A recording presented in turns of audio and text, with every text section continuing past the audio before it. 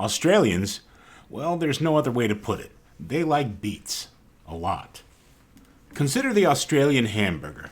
An Aussie burger with everything, a burger with a lot, as they call it, will consist of a minced beef patty on a bun, much like an American burger, and may or may not add cheese. So far seems pretty familiar. From there, though, things diverge. An American burger with everything will have some combination of mayo, ketchup, pickle, onion, tomato, lettuce, and mustard, to use the condiment order I still remember from working at Wendy's 30 years ago.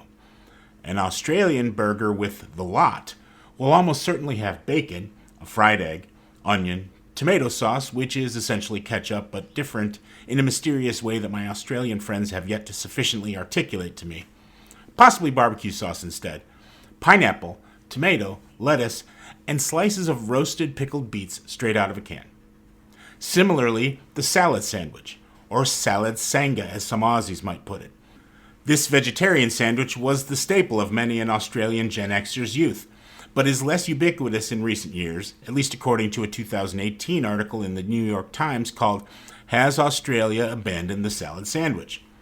At one point, you could buy a salad Sanga at bakeries, tuck shops, takeaways, canteens, and snack bars around the country, but they are apparently considered old-fashioned nowadays and more difficult to find.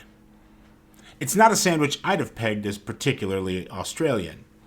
As an ignorant American, I have something of an ill-informed outsider's view of Australia. A crocodile Dundee, prawns on the barbie, Vegemite sandwich, Steve Irwin vision of cheerful men in leather hats drinking beers, wrestling crocodiles, and dodging deadly spiders.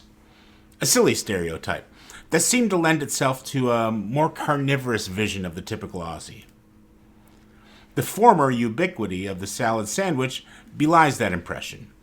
Served on buttered slices of good bread, sourdough or multigrain or bakery bread, the type doesn't matter as much as the quality and the sturdiness. A salad sandwich consists of, well, salad.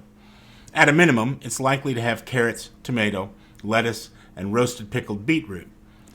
Cucumber and alfalfa sprouts are also typical additions, and some may include other vegetables like onions. Cheese is a popular addition, though my Australian friend points out that technically that would make it a cheese and salad sandwich. Mayonnaise is a nearly universal sandwich condiment in Australia, in addition to the requisite butter. Newer takes on the sandwich have added ingredients like avocado, hugely popular in Australia. Alternate sauces like ranch dressing or honey mustard may be offered. Hummus, or chickpea salads, sometimes anchor the new breed of salad sandwiches. Critically, they are frequently served in ciabatta or demi-baguettes rather than on sliced bread, which would make them salad rolls, not salad sandwiches, at least as I understand how the terms work in Commonwealth cultures. I hope some Aussies out there can straighten me out if needed. But I kept this one simple, classic even, or so I thought. Buttered multigrain bread, julienne, carrots, beets, and cucumber, a thick slice of tomato that was way better than I expected it to be in this Midwestern midwinter, several leaves of butter lettuce, and a good handful of alfalfa sprouts. I used paper towels to wick away excess moisture from the vegetables. This much salad can easily overwhelm any bread, no matter how much butter you protect it with. And I thought this sandwich was spectacular, well-balanced, fresh, with a variety of flavors and textures making each bite unique. The sweet, earthy flavor of beets and carrots, the watery crunch of the carrots and cucumber, the bitter and fibrous combination of lettuce and sprouts dressed with rich and vinegary mayonnaise and anchored by that sweet, tart, and savory tomato. All of it was well contained by the nutty and dense bread, which survived being wrapped in butcher paper with all these vegetables for a good hour or so, letting those flavors mingle without becoming terribly soggy. Did the bread stay perfectly dry? No. But it was still able to function as a sandwich. And I was sure it was a perfect, classic Australian-style salad sandwich. So I showed it to my Australian friend and I asked her what she thought.